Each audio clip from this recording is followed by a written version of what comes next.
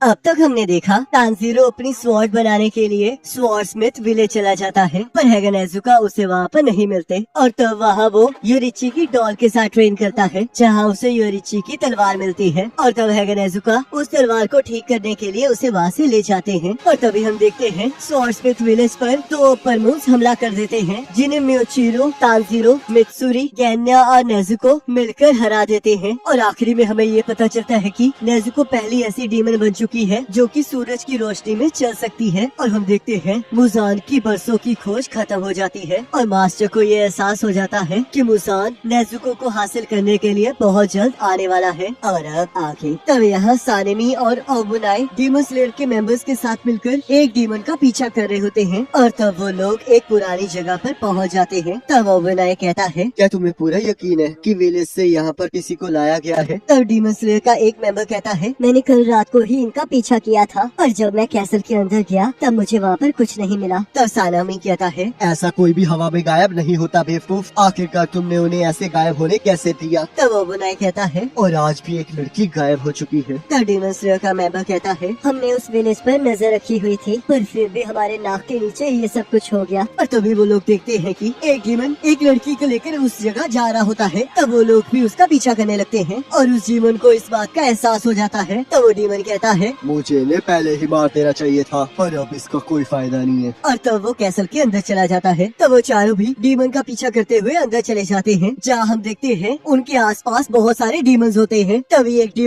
Demon से member पर हमला कर देता है और हम देखते हैं ओबुनाई उसे बचा लेता है। तभी बाकी डीमंस भी उन सभी पर हमला कर देते हैं और ओबुनाई और सानामी उन्हें मारना स्टार्ट कर देते हैं। और हम देखते हैं कि डीमन से मेंबर्स को उन डीमंस के साथ लड़ने में प्रॉब्लम हो रही होती है, पर सानामी और ओबुनाई उन्हें बहुत आसानी से मार देते हैं। तब ओबुनाई कहता है, तुम दोनों वापस चले जाओ, मैं और विंड हाशिरा इसे संभाल लेंगे। तब वो दोनों मना करने लगते हैं। तब सनामी कहता है, तुम बस हमारे रास्ते में मुश्किलें पैदा करोगे, तो इसलिए यहाँ से चले जाओ। तब वो दोनों वहाँ से चले जाते हैं। तब ओबुनाई कहता है, यहाँ कुछ गड़बड़ लग रही है। तब सनामी कहता है, तुमने सही कहा, मैंने कभी भी इतने सारे डीमंस को इकट्ठा नहीं देखा है। और तभी उन्हें एक लड़की की मदद मांगने की आवाज सुनाई देती है। तब सनामी अकेले ही ऊपर चला जाता है। तब वहाँ पर उसे बहुत सारे डीमंस दिखाई देते हैं और वो अपनी विंड ब्रीथिंग की सेकंड फॉर्म को यूज करके उन सभी डीमंस को एक ही स्लैश में मार देता है। और तभी वहाँ पर ओबुनाई आ जाता है और अपनी सरपेंट ब्रीथिंग की फिफ्थ फॉर्म को यूज करके बाकी बचे हुए डीमंस के भी सिर काट देता है। तब सनामी कहता है, आखिरकार तुम्हें मदद के लिए किसने बुलाया? तब वो डीमन कहता है, ये लोग तो बहुत पावरफुल है, ये कोई मामूली डीमन स्लेयर्स नहीं है, बल्कि हाशिरास है। तब वो डीमन वहाँ से भागने लगता है और सनामी कहता है, डीमन उस लड़की और अपने सिर को वहीं रख दो, नहीं तो मैं तुम्हें मार डालूंगा।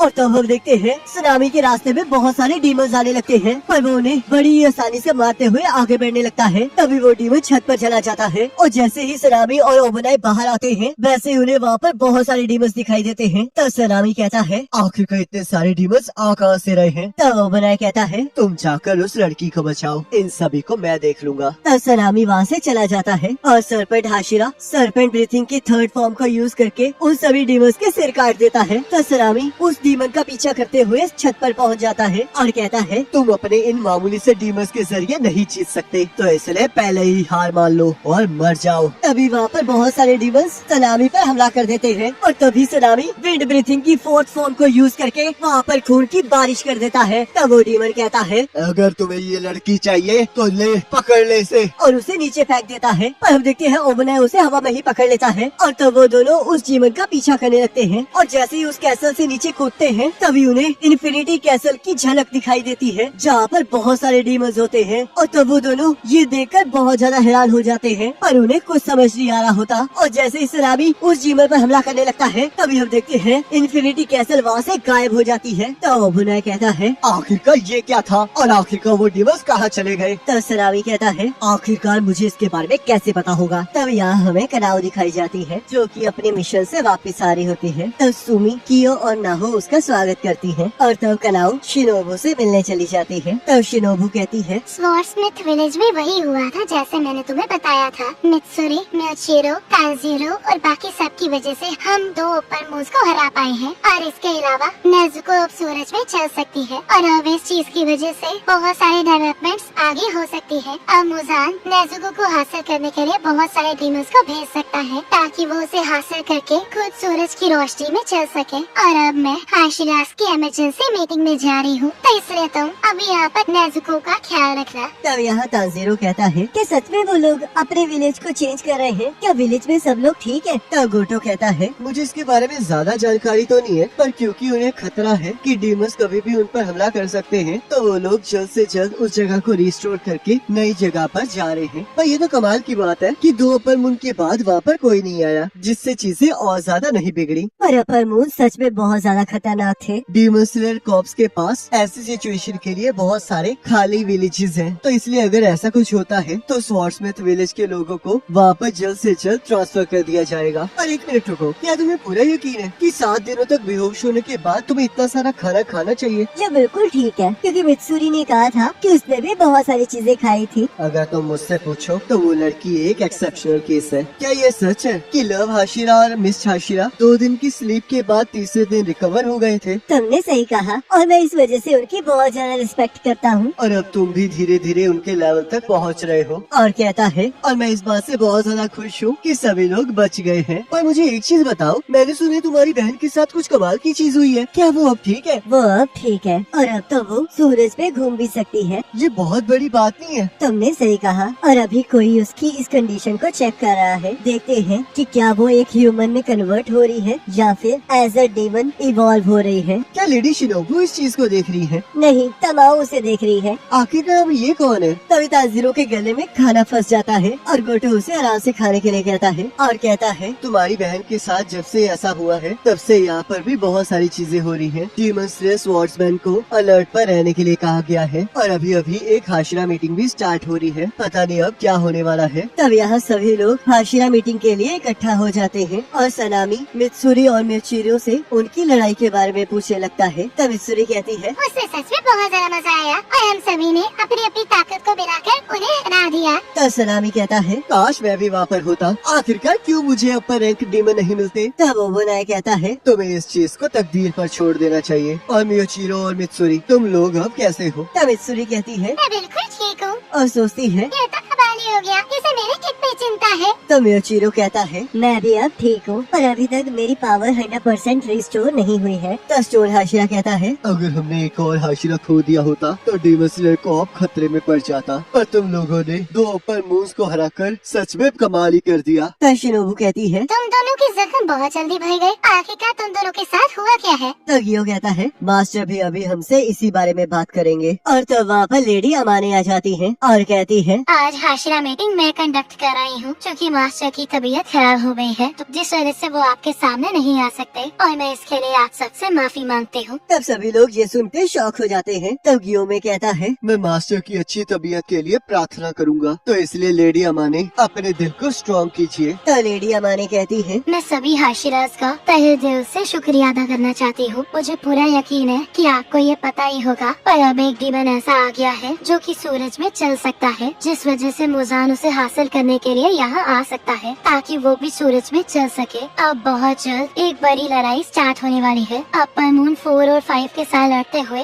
मित्सुरी और मियोचिरो को एक यूनिक मार्क मिला है। तो क्या आप हमें बता सकते हैं कि आपको ये मार्क किन कंडीशंस में मिले हैं? तो ये सुनकर मित्सुरी और मिचिरो दोनों हैरान हो जाते हैं। तो लेडी अमाने कहती है सेंगोकू पीरियड में एक स्वॉर्ड्समैन था जो कि मुजान को हराने के कगार तक पहुंच चुका था और वो swordsman first breathing style use करता था। कहा जाता है कि उस टाइम के सारे स्वॉर्ड्समैन पर ऐसे ही यूनिक टाइप के मार्क्स थे। तो सलामी कहता है मैं तो ये पहली बार सुन रहा हूँ। आखिरकार हमसे ये छुपाया क्यों गया? बहुत से ऐसे स्वॉर्ड्समैन थे जिन्हें वो मार्क नहीं मिला था और उन्होंने उस मार्क को हासिल करने के लिए खुद को बहुत सारी यातनाएं दी, जिस वजह से इसे छुपाया गया। मार्क्स के रिलेटेड बहुत सारी डिटेल्स अभी पता नहीं है और उस टाइम शायद उसे इतना ज्यादा इम्पोर्टेंट ना समझा गया हो या फिर ये इन्फॉर्मेशन कहीं लॉस्ट हो गई है, क्योंकि उस टाइम डीमन स्लेयर कॉर्प्स कई बार खत्म होने की कगार तक पहुंच गया था। और आज हमारे पास उस टाइम का एक ही रिकॉर्ड प्रेजेंट है जिसमें कहा गया है कि जब एक पर्सन को ये मार्क आता है तब उसके आसपास के लोगों पर भी ये मार्क आना स्टार्ट हो जाता है। तभी मास्टर का बेटा कहता है और ये सारी चीजें फर्स्ट ब्रीथिंग यूज करने वाले पर्सन नोट्स में लिखी है। इस जनरेशन में जिसे सबसे पहले मार्क मिला है वो तो इस टाइम हाशिरा भी नहीं है और उसका नाम तांजीरो कामाडो है। पर जब हमने उससे इस बारे में पूछा तब वो इसके बारे में कुछ खास नहीं बता पाया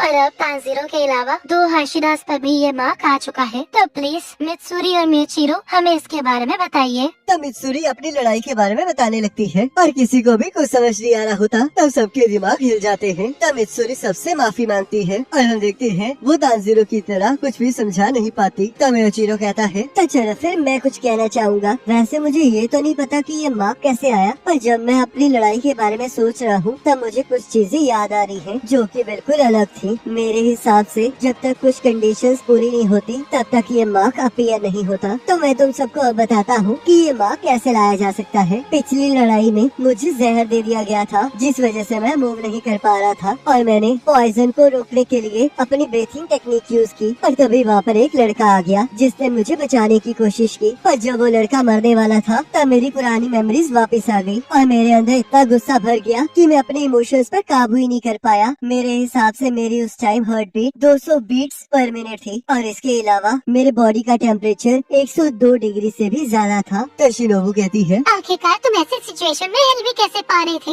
ये तो सच में बहुत ज्यादा खतरनाक होगा ना? तुमने सही कहा और यही वो सिचुएशन है जहाँ हमें वो मार्क मिला था। अगर आप उस सिचुएशन में जिंदा बच जाते हो तो आपको वो मार्क मिल जाएगा, पर अगर आप उस सिचुएशन में मर जाते हो तो आपको वो मार्क नहीं मिलेगा। तब लेडी अमाने कहती है, पर आखिरकार तुम्हें कैसे पता था कि तुम्हारी बॉडी का टेम्परेचर 102 डिग्री से ज्यादा था? एक बार जब मुझे फीवर था तब बटरफ्लाई मेंशन में थर्मामीटर से मेरा टेम्परेचर चेक किया गया था जो कि 102 डिग्री था और जब मेरे ऊपर मार्क अपीयर हुआ तब उस टाइम भी मुझे सेम ही हीट महसूस हो रही थी। तब सनामी कहता है, क्या ये सच में इतना आसान हो सकता है? तुम्हारा तो इतना सिंपल माइंड है कि तुम्हें ये सब कुछ सिंपल लग रहा है। मुझे तो तुमसे जलन हो रही है। जिसे सुनकर सनामी को गुस्सा आ जाता है। तशिनोबु कहती है, तो इसका मतलब हाशिरास को जल्द से जल्द अपनी बॉडी पर ये मार्क हासिल करना होगा। तब गियोमे कहता है, ठीक है तो फिर हम एक ऐसा रास्ता ढूंढते हैं जिससे हमें ये मार्क मिल सके और आप प्लीज मास्टर को बता दीजिए कि वो ज्यादा चिंता ना करें। तब लेडी अमाने कहती है, थैंक यू। और मैं मार्क ट्रेनिंग के लिए तुम्हें एक मैसेज देना चाहती हूँ। जिन लोगों पर मार्क अपीयर हो चुका है अब उनके पास कोई चॉइस नहीं बची है, पर जिनके ऊपर अभी मार्क नहीं आया है उन्हें इस बात का ध्यान रखना होगा। तब वो उन सबको कुछ ऐसा बताती है जिससे सब लोग हैरान हो जाते हैं। तब लेडी अमाने वहाँ से चली जाती है। तब गियोमे कहता है, ऐसी बात है, पर अगर ऐसा हुआ तो आखिरकार मेरा क्या होगा? तब गियू कहता है, अब जब लेडी अमाने यहाँ से जा चुकी है तो मैं भी यहाँ से जाना चाहता हूँ। तब सनामी कहता है, आखिरकार तुम कहाँ जा रहे हो? अभी हमें अपने रोल्स भी डिसाइड करने हैं। तुम 6 लोग इसे डिसाइड कर लो क्योंकि मेरा इससे कोई लेना देना नहीं है। तब वो बनाए कहता है, आखिरकार तुम्हारा ऐसा कहने का मतलब क्या था? क्या तुम ये भूल रहे हो कि तुम एक हाशिरा हो या फिर तुम अकेले ही जाकर ट्रेनिंग स्टार्ट करना चाहते हो? तब गियू बिना कुछ कहे ही जाने लगता है। तब सनामी उसे रोकने लगता है और शिनोबु कहती है, क्यों? अपने आप को एक्सप्लेन करो। मैं तुम लोगों जैसा नहीं हूँ। तब सनामी कहता है, मुझे ये बात बिल्कुल पसंद नहीं आई। तुमने ये बात पहले भी कही है। क्या तुम हमें नीचा दिखा रहे हो? तब मित्सुरी सबको शांत रहने के लिए कहती है और सनामी गियू को रोकने लगता है। पर तभी स्टोन हाशिरा जोर से ताली मारते हैं जिससे सबको हाई प्रेशर फील होने लगता है। तब गियोमे कहता है, बैठ जाओ, अब हम लोग अपनी डिस्कशन को कंटिन्यू करेंगे क्योंकि मेरे पास एक आइडिया है। तो यहाँ कोटो तानजीरो के लिए दोबारा से खाना ले आता है और कहता है, आखिरकार वो तीनों छोटी बच्चियाँ और तुम्हारी बहन कहाँ है? और मैंने तो आयोए को भी नहीं देखा। तब तानजीरो कहता है, इस टाइम डीमन स्लेयर स्वॉर्ड्समैन कोई भी ज्यादा जख्मी नहीं है तो इसलिए वो नेजुको के साथ खेल रही है और उन्हीं की वजह से नेजुको भी थोड़ा थोड़ा बोलना सीख गई है। ये तो बहुत अच्छी बात है, पर जब वो येलो बालों वाला लड़का यहाँ पर आएगा तो यहाँ पर बहुत मुसीबत होने वाली है। तब हम देखते हैं जेनित्सु मिशन से वापस आ जाता है। तब सुमी, कियो और नाहो जेनित्सु से मिलने आ जाती है और उसे मिशन पूरा करने के लिए थैंक यू कहती है। तब जेनित्सु खुश होकर कहता है, मुझे बहुत ज्यादा खुशी हुई कि तुम तीनों मुझसे यहाँ पर मिलने आई और ये मिशन सच में बहुत ज्यादा मुश्किल था। मुझे तो लगा था मैं मर जाऊंगा, पर तब मुझे ख्याल आया कि अगर मैं मर जाऊंगा तो तुम तीनों उदास हो जाओगी, जिस वजह से मैं उस मिशन को पूरा करके वापस आ गया। तो मेरे बिना उदास थे ना? तब वो तीनों मना कर देती है जिससे जेनित्सु शॉक हो जाता है। तब कियो कहती है, हमें खुशी है कि तुम जिंदा वापस आ गए। तब आयो भी खेलते हुए बाहर आ जाती है। तब जेनित्सु कहता है, आयोई, तुमने भी मुझे मिस किया था ना जब मैं यहाँ पर नहीं था? तब आयो कहती है, मुझे नहीं पता मैं इसे किस तरह एक्सप्लेन करूँगी। और तभी वहाँ पर नेजुको आ जाती है और जेनित्सु का स्वागत करती है जिसे देखकर जेनित्सु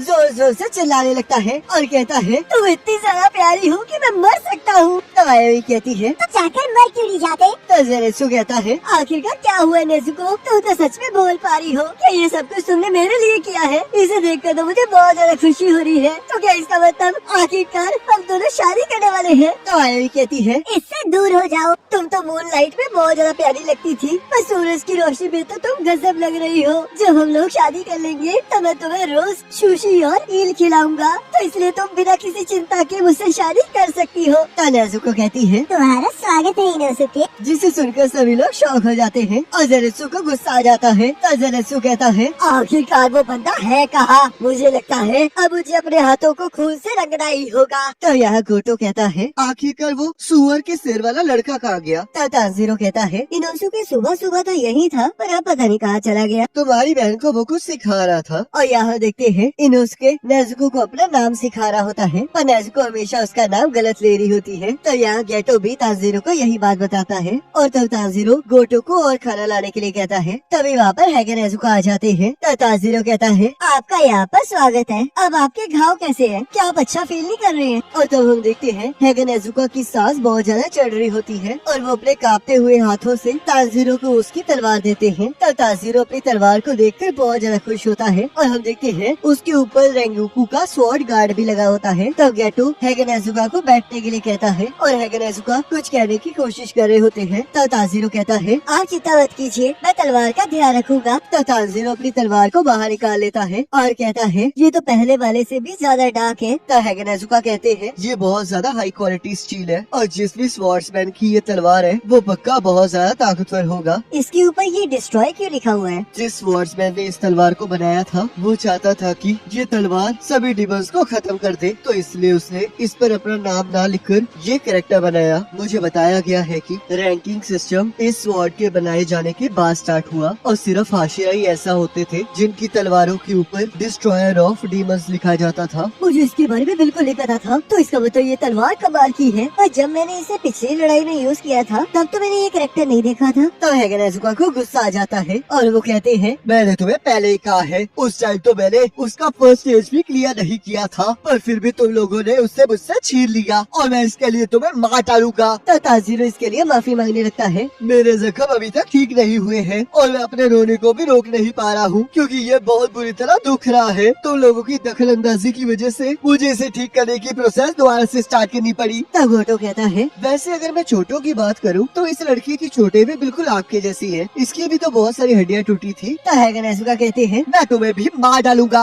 जरा ध्यान से सुनो तांजीरो, अब तुम्हें मरते दम तक मुझे राइस डम्पलिंग्स खिलाने होंगे। क्या तुमने ध्यान से सुना? आप चिंता मत कीजिए, मैं आपको राइस डम्पलिंग्स जरूर ला कर दूंगा। तो हैगे नेज़ुको वहाँ से चले जाते हैं और गोटो कहता है, मैंने इनके बारे में बहुत सारी अफवाहें सुनी है पर ये सच में बहुत ज्यादा अजीब है। आज तो ये पहले से ज्यादा शांत थे। लगता है इन्हें बहुत ज्यादा दर्द हो रहा होगा। तब ज्ञान्या कहता है, क्या तुम लोग शोर मचाना बंद करोगे? मुझे माफ कर दो ज्ञान्या, और तुम चिंता मत करो, अब तुम्हें शोर सुनाई नहीं देगा। और तभी हम देखते हैं इनोसुके खिड़की तोड़कर अंदर आ जाता है और जोर जोर से चीखने लगता है। इनोसुके, आखिरकार तुम खिड़की तोड़कर अंदर क्यों आ रहे हो? तब गोटो कहता है, क्या तुम पागल हो? लेडी शिरोमू तुम्हें मार डालेंगी। तब ज्ञान्या सोचता है। काश ये लोग मुझे कोई और कमरा दे दे। तो इनोसुके कहता है, ग्रुप स्ट्रेंथ प्रोग्राम जल्दी ही स्टार्ट होने वाला है। तो तांजीरो कहता है, आखिरकार अब ये क्या है? स्ट्रॉन्ग गेस्ट लोग इकट्ठा हो रहे हैं और उसके बाद वो लोग हमें ट्रेन करेंगे, पर मुझे भी इसके बारे में ज्यादा कुछ नहीं पता है। तो यहाँ शिनोबू कहती है, हमने हाशिरो ट्रेनिंग और डीमन स्लेयर स्वॉर्ड्समैन ट्रेनिंग की सारी तैयारियां हमने सोच ली हैं। तो सलामी कहता है, तो अब हम इसे स्टार्ट कब करने वाले हैं और ये कब तक चलेगी? तो गियोमे कहता है, चलो फिर इसे 3 दिन बाद स्टार्ट किया जाए। और वैसे भी हमारे पास ज्यादा टाइम नहीं बचा है। हमें नहीं पता कि मुजान अब आगे कौन सी चाल चलने वाला है, तो इसलिए मैं चाहता हूँ कि हम लोग जल्द से जल्द तैयार हो जाएं। तो बुनाई कहता है, पर अगर डीमस ने लोगों पर हमला कर दिया तो हाशिरास के लिए ये सब कुछ संभालना बहुत मुश्किल हो जाएगा। तो शिनोबू कहती है, और तब क्या होगा जब डीमन तब हमला कर दे जब हम लोग ट्रेनिंग कर रहे होंगे।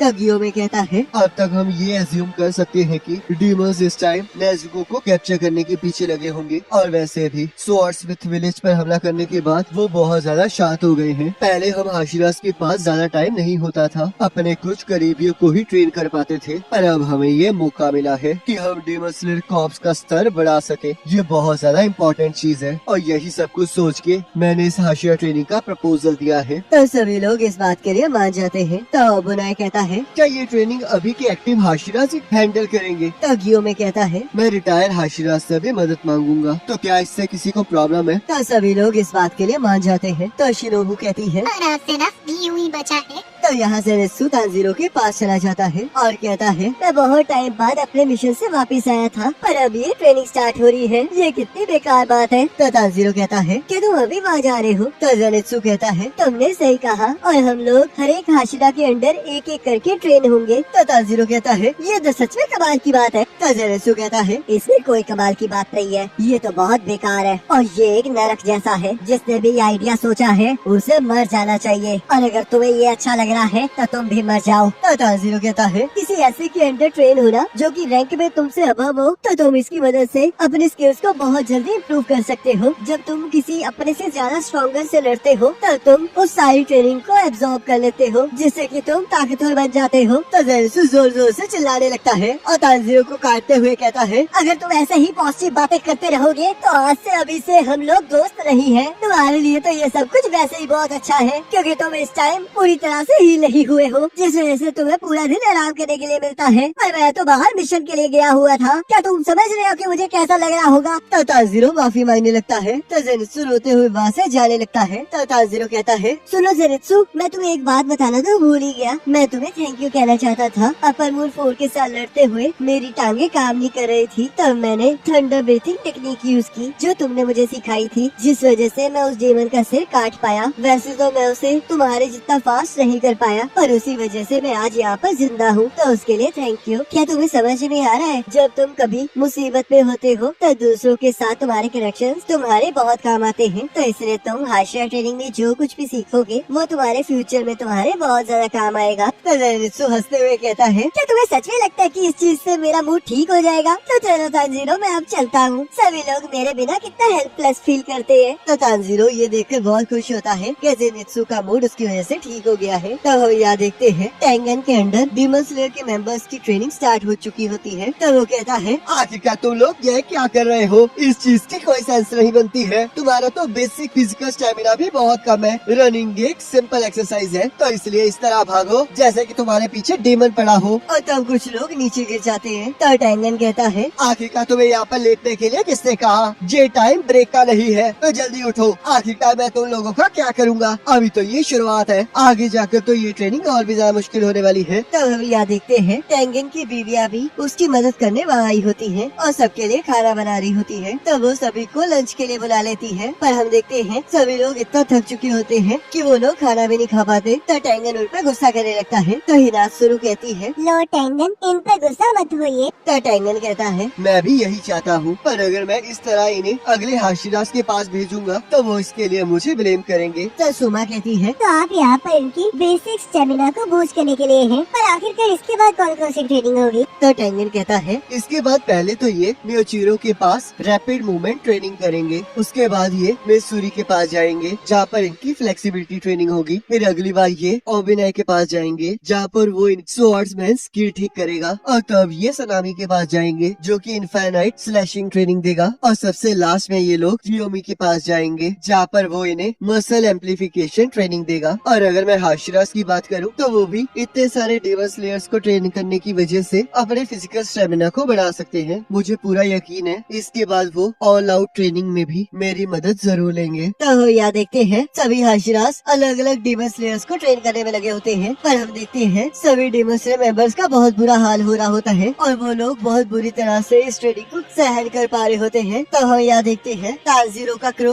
मास्टर की तरफ से तानजीरो के लिए एक लेटर लाया होता है और जैसे ही तानजीरो उसके लिए खिड़की खोलता है वो उस पर हमला कर देता है। तभी क्रो मास्टर का लेटर उसे देता है जिसे पढ़कर तानजीरो कहता है, मुझे यकीन नहीं हो रहा कि गियो हाशिया ट्रेनिंग में पार्ट नहीं ले रहा। तब यहाँ लेडी अमाने कहती है, मास्टर, हाशिरास ने आने वाली लड़ाई के लिए तैयारी स्टार्ट कर दी है और उन्होंने डेमन स्लेयर स्वॉर्ड्समैन के लिए हाशिया ट्रेनिंग प्रोग्राम स्टार्ट किया है। आपके बच्चे आपके विल को आगे बढ़ा रहे हैं और मुझे पूरा यकीन है कि वो आपकी उम्मीद को हमेशा जिंदा रखेंगे। वो मुजाल को हराने की आपकी इच्छा को अगले पड़ाव तक जरूर लेकर जाएंगे। तो मास्टर कहते हैं, अमाने, तुमने आज तक जो मेरे लिए किया है उसके लिए मैं दिल से तुम्हारा शुक्रिया अदा कहना चाहता हूँ। जिससे लेडी अमाने रोने लगती है। तब हमें एक शहर दिखाया जाता है जहाँ तमाओ डीमंस के ऊपर अपनी रिसर्च कर रही होती है। तभी वहाँ पर एक क्रो आ जाता है जो कहता है, गुड इवनिंग तमायो, तुम्हें पता है ना, रात को इस तरह विंडो ओपन करना खतरनाक हो सकता है, पर आज चांद सच में बहुत ज्यादा खूबसूरत है और तुमसे मिलकर मुझे बहुत ज्यादा खुशी हुई। मैं मास्टर उबुशाकी का एक मैसेंजर हूँ, पर मुझे मानना पड़ेगा कि तुम छुपने में बहुत ज्यादा माहिर हो। तुम्हें ढूंढते ढूंढते मास्टर उबुशाकी बिल्कुल भी चल फिर नहीं पा रहे। तब तमाओ कहती है, आखिरकार तुमने ये जगह कैसे ढूंढी?